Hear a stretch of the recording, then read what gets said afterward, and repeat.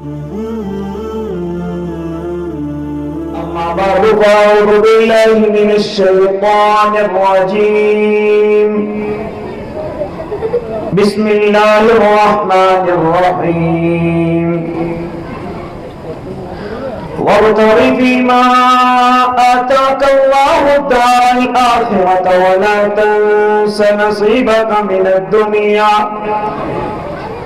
وأحسن كما أحسن الله إليك ولا تبغي الفساد في الأرض وقال النبي صلى الله عليه وسلم إنما بعثت معلما صدق الله العظيم وصدق رسوله النبي الكريم ونحن على ذلك من الشاهدين والشاكرين والحمد لله رب العالمين.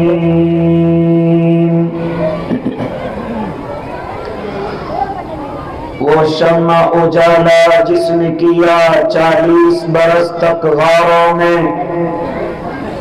ایک روز چمکنے والی تھی سب دنیا کے درباروں میں. گاہ و سما کی محفل میں لولا کلمہ کا شور نہ ہو، یہ رنگ نہ ہو گلزاروں میں، یہ روپ نہ ہو سیاروں میں. جو فلسفیوں سے حل نہ ہوا، جو مبتلوں سے کھل نہ سکا، وہ راز کملی والے نے بتلا دیا چند اشاروں میں. باوقار علماء کرام، معزز سامعین اعظام، عزیز دینی بھائیوں، بزرگوں، نوجوانوں اور معصوم بچوں، پردوں میں سماعت فرمانے والی پاکیزہ اسلامی مائیں اور بہنوں، اسٹیج پر ہم سب کے کرم فرما مشفق و مربی، نہایت ہی سادہ مزاج کے مالک، اپنے شاگردوں میں، اپنے محبین میں، متعلقین میں، متوسلین میں سب سے زیادہ ان کی ادا جو بلا تکلف رہنے کی ہے، جس نے مجھے بہت زیادہ متاثر کیا، حضرت اقدس حضرت مولانا وسیع سلیمان ندوی دامہ فیوزہم ہیں. اللہ حضرت کا سایہ دیر تک اور دور تک ہمارے سروں پر قائم اور دائم فرمائے. اسی طریقے سے ہر سال ہمارے درمیان میں تشریف لانے والے، اللہ ان کی عمر کو اور بڑھا دینا. حضرت اقدس حضرت مولانا کلیم صاحب صدیقی دامت برکاتہم العالیہ، ہم مجمع میں بھی دعا کریں، تنہائیوں میں بھی ان کو دعاؤں میں یاد رکھیں کہ اللہ حضرت کا سایہ ہمارے سروں پر خوب دیر تک قائم اور دائم فرمائے. میرے بھائی، حضرت اقدس حضرت قاری سلیم صاحب نادم جلسہ اور حضرت حافظ عبدالقدیر صاحب دامہ فیوزہم، دیگر اور محبین کی برکت مجھے اور آپ کو روبرو کر رہی ہے. دعا کریں اللہ صحیح کہنے کی اور ہم سب کو اس پر عمل کرنے کی توفیق عنایت بخشے. میرے بھائی، اس وقت میں اور آپ پوری دنیا پر کافرانہ نظر ڈالیں، وطن عزیز پر بھی خاص طور سے ایمان والوں پر نظر ڈالیں، تو اس وقت میں ایک بے چینی کا شکار ہے. ہر اعتبار سے پیچھے کی طرف دھکیل دیے گئے، پستی کی طرف دھکیل دیے گئے، یہاں تک کہ کسی بھی میدان کو لیجئے، آپ اس میں ایمان والوں کو، آپ اس میں اسلام والوں کو بڑا پیچھے اور کمزور اور پستی کی حالت میں پائیں گے. اگر میں یہ کہوں سیاست کے میدان میں پیچھے ہیں، کوئی مبالغہ نہیں، تجارت کے میدانوں میں بڑے کمزور ہو گئے، کوئی مبالغہ نہیں، یہاں تک کہ معاشی اعتبار سے اقتصادی اعتبار سے، سماجی اعتبار سے، آپ کسی بھی شعبے کو اٹھائیے، ہر اعتبار سے آج اللہ کو ماننے والا پیچھے ہے، پیچھے دھکیل دیا گیا ہے۔ زیادہ لمبی گفتگو نہیں، لیکن کچھ احساس دلانے کے لیے بیٹھا۔ اے اللہ کے نیک بندو، یہ سب کیسے ہوا؟ کیا ان دنیا کے انسانوں نے کیا؟ نہ اللہ کے نیک بندے، یہ دنیا کے انسان میرا اور آپ کا کچھ نہیں بگاڑ سکتے۔ یہ سب اللہ کی طرف سے فیصلے ہیں، یہ سب اللہ کی مرضی سے ہوتا ہے۔ میرے اللہ کی مرضی کے بغیر اس زمین پر کچھ ہونے والا نہیں ہے۔ ہاں یہ نہ سمجھنا کہ غیروں کی سازشیں ہیں۔ ارے غیروں کی سازشیں کب نہیں ہوئی؟ ذرا مجھے کوئی بھی نبی کا زمانہ بتائیے کہ جس میں غیر سازشیں کرنے والے نہ ہوں۔ کسی بھی نبی کی زندگی اٹھائیے اور مجھے بتائیے کہ کس زمانے میں سازشیں نہیں ہوئی۔ ہاں نبیوں کے خلاف اے اللہ کے نیک بندے ایسی سازشیں ہوئی ہیں کہ وہ تخت دار تک بھی پہنچے ہیں۔ ایسی سازشیں ہوئی ہیں کہ اللہ کے نیک بندے انہیں آروں کے ذریعے سے کاٹا بھی گیا ہے۔ ایسی سازشیں ہوئی ہیں، لیکن میرے اللہ نے ہمیشہ ان کو کامیاب اور ان کی جماعت کو کامیاب رکھا ہے۔ کیا بہانہ بھرتا ہے کہ غیروں کی سازشیں ہیں، اپنی غلطیوں پر دھیان نہیں کرتا، اپنی کمیوں پر دھیان نہیں کرتا، اپنے اللہ کو ناراض کیے ہوئے ہے، اس کو منانے کی کوشش نہیں کرتا، اس کو راضی کرنے کی کوشش نہیں کرتا۔ ذرا مجھے بتا تو صحیح، کون سا زمانہ سازشوں کے خلاف گزرا ہے؟ یہاں تک کہ میرے اور آپ کے آقا محمد عربی صلی اللہ علیہ وسلم اس زمین پر تشریف لائے، کیسی سازشیں ہیں؟ یہاں تک کہ دشمنوں نے اپنے لباسوں کو بدلا ہے، اپنے لباسوں کو بدلا ہے، میرے آقا کو تکلیف پہنچانے کے لیے چہرے پر داڑیاں آئی ہیں، پہلی صفحہ میں نماز پڑھنے لگے ہیں، آقا کے ساتھ کندھے سے کندھا ملا کر دشمنوں سے مقابلہ بھی کیا ہے۔ لیکن یہ تمام پوری کی پوری جماعت جس کو منافقین کی جماعت کہا جاتا ہے، اس لیے لبادے کو بدلا تھا کہ اللہ کے نبی کے خلاف سازشیں کی جائیں۔ لیکن کیا ہوا؟ کیا اپنی سازش کے اندر کامیاب ہوئے؟ اللہ راضی ہے نہیں ہو سکتے۔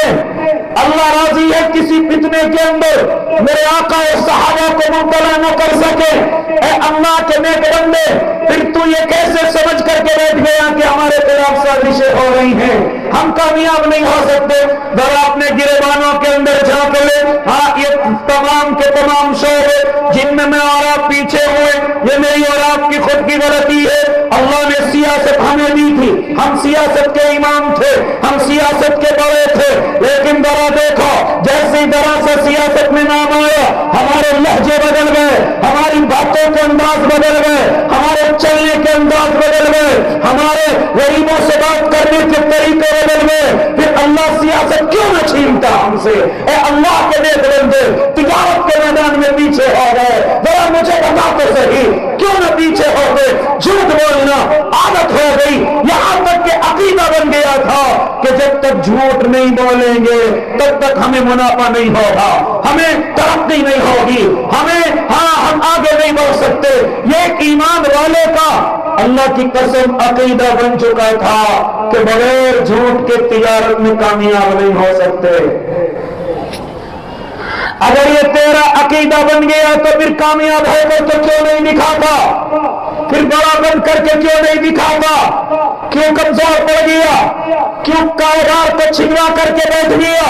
کیوں قرضے میں ڈوب گیا؟ مجھے بتاتا کیوں نہیں؟ اے اللہ کے نیک بندے، جس عمل پر میرے اللہ نے لعنت فرمائی ہو اس میں تجھے کامیابی کیسے مل سکتی ہے؟ جس میں لعنت اللہ علی الکاذبین کہا ہو کہ جھوٹوں پر اللہ کی لعنت ہے، کیسے کامیابی مل سکتی ہے؟ اے اللہ کے نیک بندے، کہاں سے کامیابی ملتی؟ کاروبار پر جھوٹ بولنا یہ ہماری عادت بن گئی، کم ناپنا کم تولنا یہ ہمارا طریقہ بن گیا، لوکل کو اوریجنل کہنا یہ ہماری عادت بن گئی، لوگوں کے ساتھ فراڈ کرنا یہ ہماری عادت بن گئی۔ میرے آقا کی سنت تھی اگر کوئی گراہک سامان واپس لے کر کے آئے محبت کے ساتھ واپس کر لینا، یہ میرے آقا کا طریقہ اور سلیقہ اور ان کا حکم تھا۔ لیکن لیکن اللہ کے بندے تو نے کیا کیا؟ اپنے گراہکوں کے ساتھ تو نے بڑی بدتمیزیاں کی ہیں، تو نے اپنی دکانوں اور اپنے کاروباروں سے گراہکوں کو بھگایا ہے۔ اگر تو ایسا نہ کرتا تو شاید آج تجارت میں اتنا پیچھے نہ ہوتا۔ یہ ساری حرکتیں میں اور آپ کر کے بیٹھے ہیں، لیکن کیا ہوا؟ پستی کی طرف چلے گئے، ذلت کی طرف چلے گئے۔ مجھے زیادہ گفتگو نہیں کرنی ہے، مجھے صرف اتنا بتانا ہے کہ میرے اللہ نے کہاں رہنمائی نہیں فرمائی، میرے اللہ نے تو یہاں تک رہنمائی فرمائی تھی۔ اور لوگوں، اگر ہم تمہیں مال عطا کرو گے تو تمہیں ذرا کچھ شرطوں پر عمل کرنا ہے۔ اگر تم ان شرطوں پر عمل کرو گے تمہیں غریبی نہیں آئے گی، الا یہ کہ کوئی آزمائش ہو، تمہیں کمزوری نہیں آئے گی، تم غیروں کے سامنے ہاتھ نہیں پھیلاؤ گے، تم مجبور اور پریشان نہیں پھرو گے۔ جب تمہارے پاس مال آئے، اسی کے تعلق سے میں نے خطبہ کریمہ کے اندر ایک آیت مقدسہ تلاوت کی تھی۔ اے اللہ کے نیک بندے، حالانکہ آئے قارون کے لیے اتر کر کے آئی، قارون بڑا مالدار تھا لیکن اللہ کا خیال نہیں، غریبوں کا خیال نہیں، حضرت موسیٰ تک کا خیال نہیں، یہاں تک کہ وہ ظالم نبوت کے دامن کو داغدار کرنے کی کوشش میں لگ گیا۔ میرے اللہ نے اس کو کچھ نصیحتیں فرمائی تھی، اے قارون، اگر ہم نے تجھے مال دیا ہے تو ذرا ان چیزوں پر عمل کر، لیکن اس نے عمل نہ کیا، ذلیل ہوا اور قیامت تک ذلیل ہوتا رہے گا۔ لیکن میرے اللہ کے علم میں تھا کہ امت محمدیہ کے لوگوں کو جب ہم مال عطا کریں گے ان کے اندر بھی کچھ قارون کی عادتیں پیدا ہو جائیں گی۔ اس لیے اس آیت کو میرے اللہ نے قرآن مقدس میں ہم سب کے لیے محفوظ رکھا۔ کیا فرماتے ہیں میرا اللہ؟ وَابْتَغِ فِيمَا آتَاكَ اللَّهُ الدَّارَ الْآخِرَةَ، جب ہم تمہیں مال عطا کر دیں، جب ہم تمہیں خوشحالی عطا کر دیں، جب ہم تمہیں کچھ ترقی عطا کر دیں تو ذرا خیال کرنا، یہ نہ سمجھنا یہ ہماری عقلوں کی وجہ سے ہے، یہ نہ سمجھنا یہ ہماری ہوشیاری کی وجہ سے ہے، یہ نہ سمجھنا کہ ہمارے نصیب بڑے مضبوط ہیں، یہ نہ سمجھنا کہ ہماری طاقت کی وجہ سے ہوا ہے۔ نہ اللہ کے نیک بندو، اگر ہم تمہیں کچھ خوشحالی عطا کر دیں تو ذرا کچھ چیزوں کا دھیان کرنا، ورنہ جس طرح ہم عزت دینا جانتے ہیں اس طرح ہم ذلت بھی دینا جانتے ہیں، جس طرح ہم عروج دینا جانتے ہیں اس طرح ہم زوال بھی دینا جانتے ہیں، جس طرح ہم عروج دینا جانتے ہیں ہم زوال بھی دینا جانتے ہیں۔ اگر ہم تمہیں خوشحالی عطا کر دیں تو یہ نہ کہنا ہماری عقل سے ہوا ہے، ہماری ہوشیاری سے ہوا ہے، میری طاقت سے ہوا ہے، میری پڑھائی لکھائی سے ہوا ہے۔ نہ اللہ کے نیک بندے کیا فرما رہے ہیں میرے اللہ؟ درسوں میں وَابْتَغِ فِيمَا آتَاكَ اللَّهُ الدَّارَ الْآخِرَةَ، جب ہم تمہیں خوشحالی عطا کر دیں، جب ہم تمہیں ترقی عطا کر دیں تو پہلی شرط اپنے ذہن میں بٹھا لینا، یہ تمہارے پاس سنہری موقع ہوگا، یہ تمہارے پاس اچھا موقع ہوگا۔ جب اللہ تمہیں خوشحالی عطا کر دے سنہری موقع یہ ہوگا، فرما رہے میرا اللہ اس مال کے ذریعے سے ذرا اپنی آخرت کو صحیح کر لینا، اپنی قبر کے سکون کو صحیح کر لینا، اپنی جنت کے راستے کو آسان کر لینا، کیونکہ اس مال کے ذریعے سے اگر انسان چاہے قبر میں سکون پیدا کر سکتا ہے، صدقہ جاریہ لے سکتا ہے، اے اللہ کے نیک بندے جہنم سے اپنے آپ کو بچا سکتا ہے، اللہ کے غصے کو ٹھنڈا کر سکتا ہے، جنت میں جانا آسان کرا سکتا ہے۔ اس مال کے ذریعے اگر بندہ چاہے تو اپنی آخرت کو صحیح کر سکتا ہے، اگر تمہیں عقل ہو، اگر تمہیں شعور ہو۔ اس لیے کیا فرمایا میرے اللہ نے؟ جب ہم تمہیں مال عطا کر دیں تو ذرا عقل سے کام لینا، اپنی آخرت کو صحیح کرنا، یہ نہ سمجھنا یہ مال صرف یہی رہے گا، ختم بھی ہو سکتا ہے، کم بھی ہو سکتا ہے، چھن بھی سکتا ہے، لیکن جب اللہ تمہیں موقع دے اپنی آخرت کا صحیح خیال کرنا، صدقے سے پیچھے نہ ہٹنا، مسجدوں سے پیچھے نہ ہٹنا، مدرسوں سے پیچھے نہ ہٹنا، کوئی غریب آ جائے اس کو دیکھ کر کے چہرہ نہ بنانا، کوئی پڑوسی مجبور آ جائے اس کو دیکھ کر کے دروازے بند نہ کرنا، کوئی رشتہ دار آ جائے اس کے سوال کرنے پر اس سے رشتے ناطے نہ توڑنا، جب مال آ جائے اپنے ماں باپ کا خیال کرنا، کمزور